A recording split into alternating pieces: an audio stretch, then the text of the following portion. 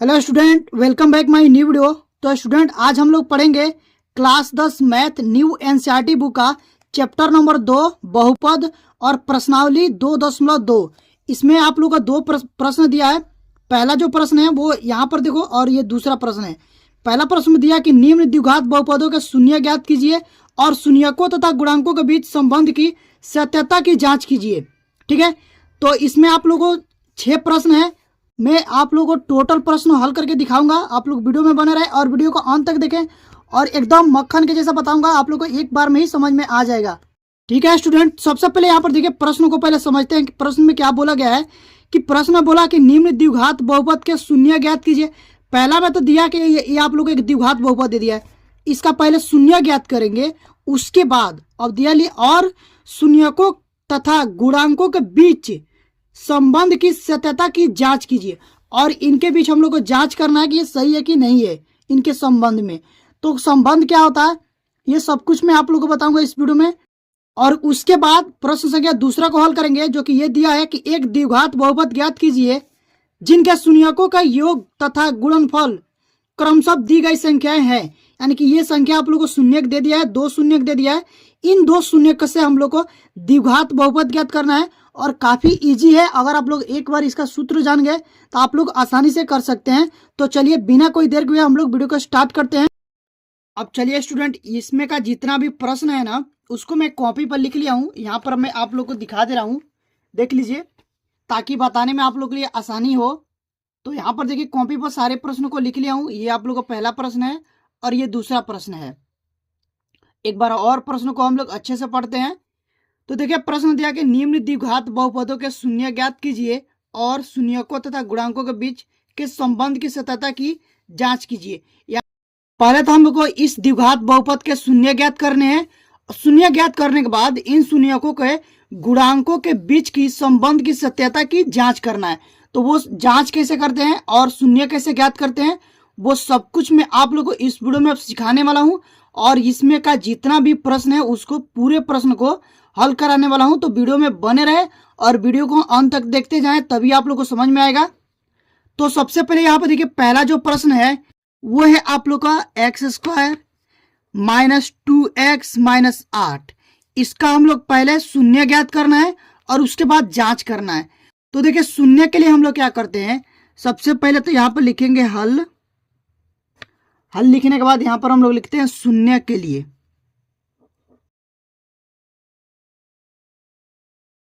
शून्य के लिए दिया गया बहुपद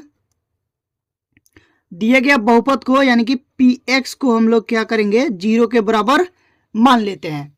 ठीक है, अब देखिए, ये px यानी कि बहुपद आप लोग को दिया है x² - 2x - 8 = 0 हो गया। अब इसको हम लोग पहले गुणनखंड करेंगे। तो गुणनखंड कैसे करेंगे ये देख लीजिए। अब देखिए, गुणनखंड करने का जो रूल होता है ना, वो कैसे करते हैं। ये दिया है x² - 2x - 8 = 0। तो पहला को और ये तीसरा को एक साथ पहले गुणा करा लेते हैं। तो ये आप लोग का x² गुणे में 8, तो इसका कितना आ जाएगा, यहाँ पर आ जाएगा 8x²। अब 8x² को ऐसे 2 भागों में तोड़ना है कि जोड़ने और घटाने पर क्या बताया, जोड़ने और घटाने पर कितना आना चाहिए, माइनस में 2x। और जब इसका गुणा कराया जाए इन संख्याओं को तो कितना आना चाहिए, 8x²।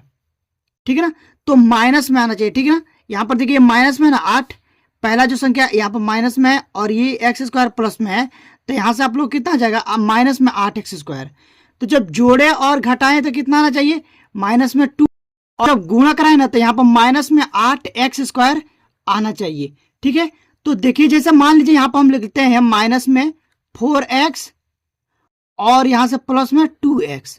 जब इसमें से घटाएंगे ना, माइनस में 4x के प्लस में 2x घटाएंगे तो यहां से आ जाएगा माइनस में 2x।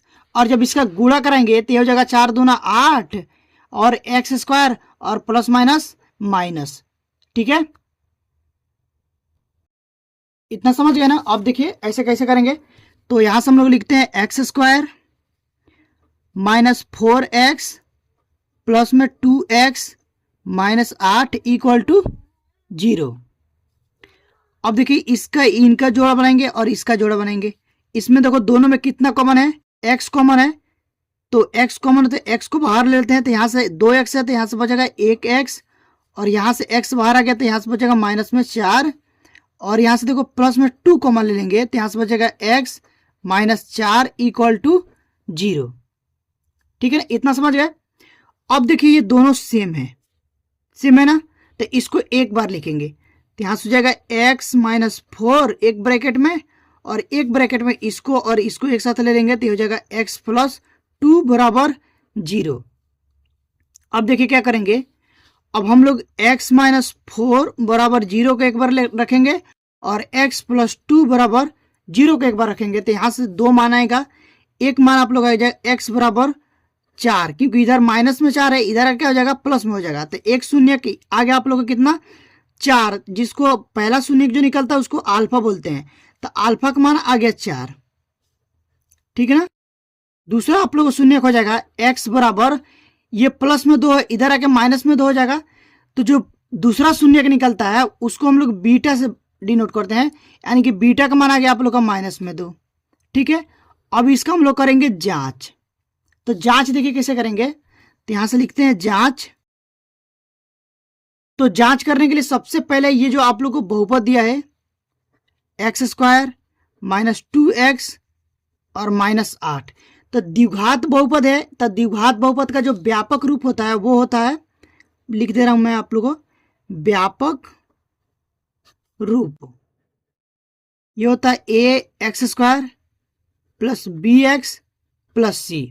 अब देखिए a के स्थान पर कितना है, कुछ नहीं तो 1 है, यहां से देखिए तो a बराबर आप लोग आ जाएगा 1, और b बराबर आप लोग आ जाएगा माइनस में 2, c बराबर अचर पद कितना है माइनस में 8।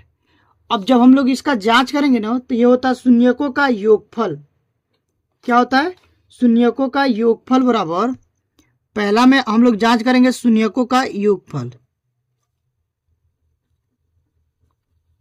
शून्यकों का योगफल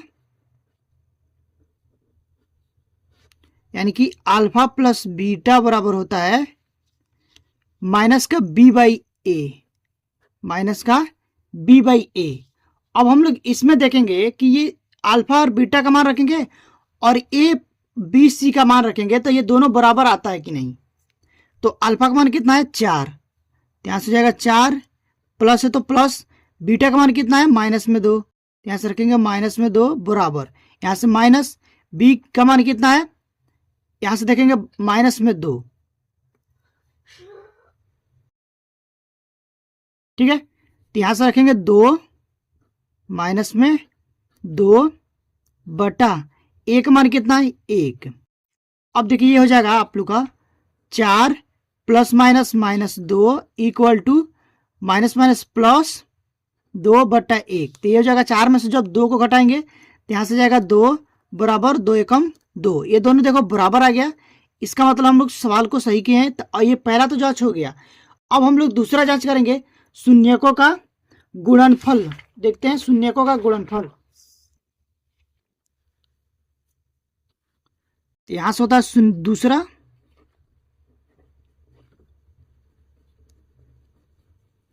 शून्यकों का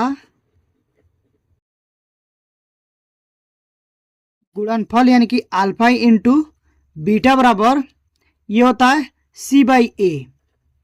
ठीक है ना, तो यहां से देखिए अल्फा का मान कितना है 4, तो ये जगह 4 गुण है माइनस में 2, बीटा का मान है माइनस में 2 बराबर सी का मान कितना है, देखेंगे यहाँ पर सी का मान है माइनस में 8 और ए का मान है 1। अब देखो 4 दूना 8 हो जाएगा, लेकिन यहाँ पर माइनस है, प्लस माइनस माइनस, तो हो जाएगा 4 दूना 8 बराबर माइनस में 8 है तो 8 एकम 8, तो ये माइनस में 8 आ जाएगा। तो ये देखो दोनों बराबर आ गया, इसका मतलब सही है। तो इस तरह से हम लोग पहले इसका शून्य ज्ञात करेंगे और इसका जांच करेंगे। तो आई होप कि आप लोगों को पहला प्रश्न समझ में आ गया होगा। बाकी के जो प्रश्न है मैं आप लोगों को अगले वीडियो में बता दूंगा। तो अभी के लिए बस इतना ही, मिलते हैं इसी तरह की नेक्स्ट वीडियो में, तब तक के लिए थैंक यू फॉर वॉचिंग।